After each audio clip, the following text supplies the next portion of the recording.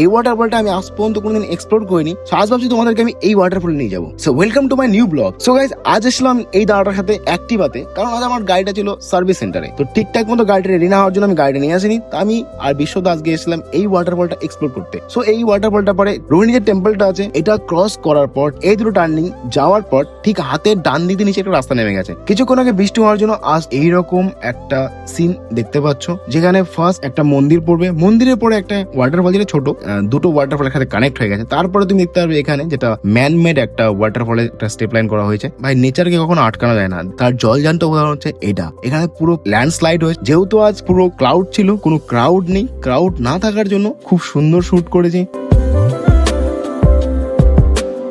বিকেল 5টাতে পুরো ভিজিবল থাকে, বাট এই ওয়েদারটা এই দিনে পেয়েছিলাম। তো তার জন্য আমরা আর কোথাও যাওয়ার ইচ্ছে হলো না, ভাবলাম এখানেই আমরা বেস্ট কিছু শুট করি। ধন্যবাদ তোমাদের সাপোর্টের জন্য। তোমার সত্যি আমাকে খুব সাপোর্ট করো। এবার